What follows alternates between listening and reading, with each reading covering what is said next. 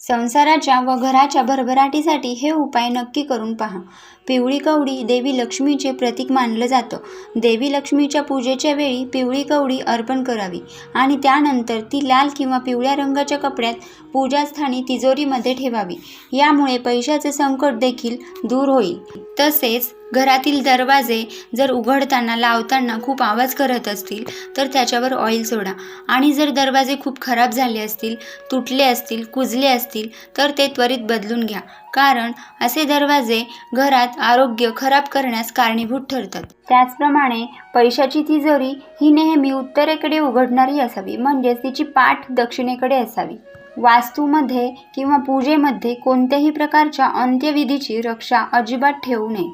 तसेच देवघरात देवाच्या फोटोबरोबर मृत व्यक्तीचे फोटो अजिबात लावू नये. तसेच आपल्या नावाची पाटी सेफ्टी डोअर किंवा भिंतीवर न लावता मुख्य